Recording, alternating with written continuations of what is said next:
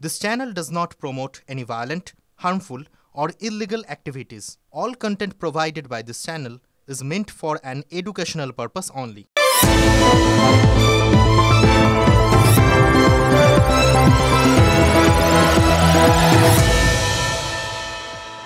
পরিবর্তন ঘটতে দিন, আগামী দিন আসছে দিন, নতুন সকাল হতে দিন, আগামী দিন আসতে দিন, জোড়া ফুলকে সমর্থন দিন, আগামী দিন আসছে দিন, নতুন স্লোগান দিয়ে বলুন বদল চাই, বদলা নয়।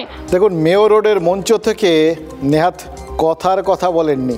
তৃণমূল নেত্রী মমতা বন্দ্যোপাধ্যায় যা বলেছিলেন, কথা রেখেছিলেন। কিন্তু এই যে পালা বদলের পর থেকে তার শপথ পর্যন্ত আমরা দেখেছি বাংলার কোনায় কোনায় রবীন্দ্রসঙ্গীত বেজেছিল সেই সময়।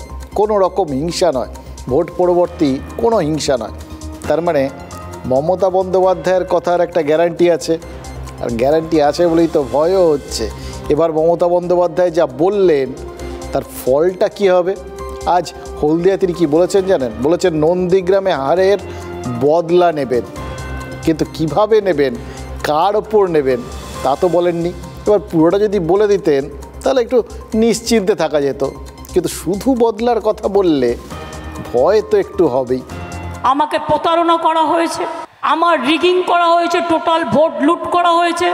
সেদিন ডিএম এসপি সবাইকে চেঞ্জ করে দিয়ে বিজেপি ক্ষমতায় আছে বলে গায়ের জোরে ইলেকশন কমিশনের সাহায্যে ডিএম চেঞ্জ করেছিল, এসপি চেঞ্জ করেছিল, আইসি চেঞ্জ করেছিল, আর ইলেকশন হয়ে যাওয়ার পরেও লোডশেডিং করে দিয়ে রেজাল্ট পাল্টে দিয়েছিল।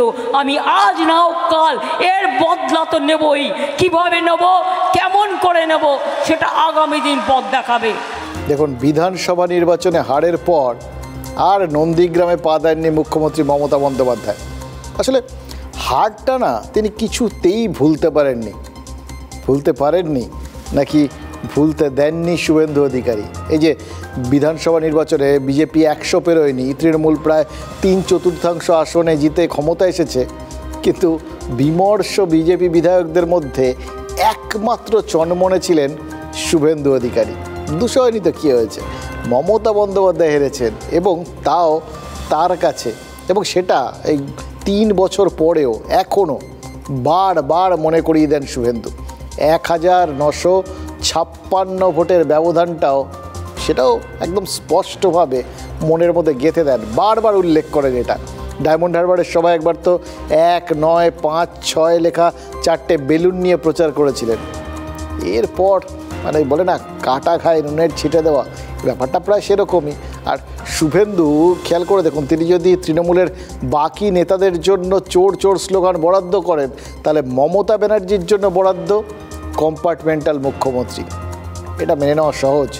লোকসভা নির্বাচনে বাংলায় পদ্মের চাষ কেমন হবে সেটা তো সময় বলবে। তবে 3 বছর ধরে শুভেন্দু অধিকারীর এই লাগাতার খোঁচা যে মুখ্যমন্ত্রীর ইগোয়ে বিঁধেছে, তার প্রমাণ কিন্তু এই হলদিয়ার সভাতেই মিলে গেল। শুনলাম তো আপনারাও শুনলেন।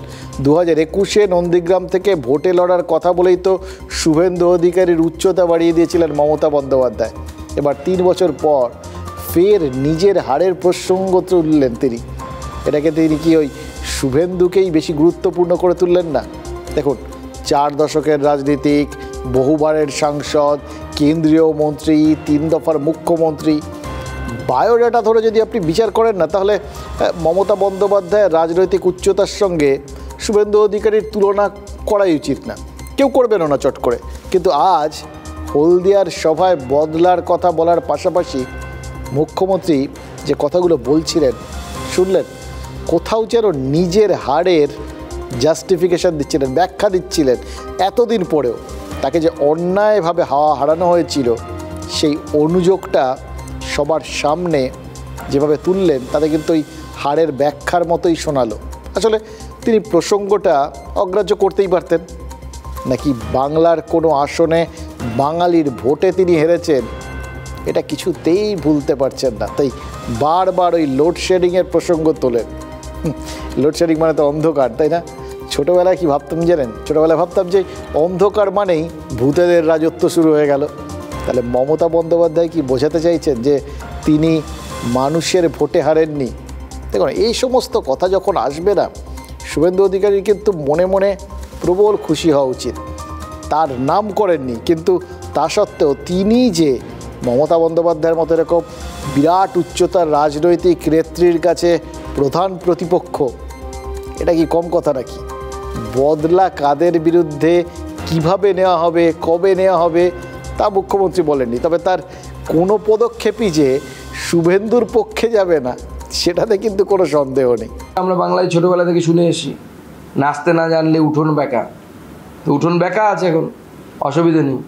রাজনীতিতে হার জিত থাকেই, এতে অত রাগ করার কি হয়েছে? কখন আপনি হারবেন, কখন আপনি জিতবেন, এটাই তো স্বাভাবিক। ওরা উত্তর নন্দীগ্রামের লোক 21-এ দিয়েছে, আবার 25-এ মে দেবে। ও কোর্টে লড়ছে না কেন?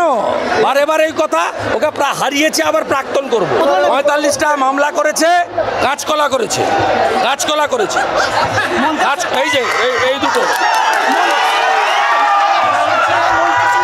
চোর মমতাকে এই দুটো দিলাম,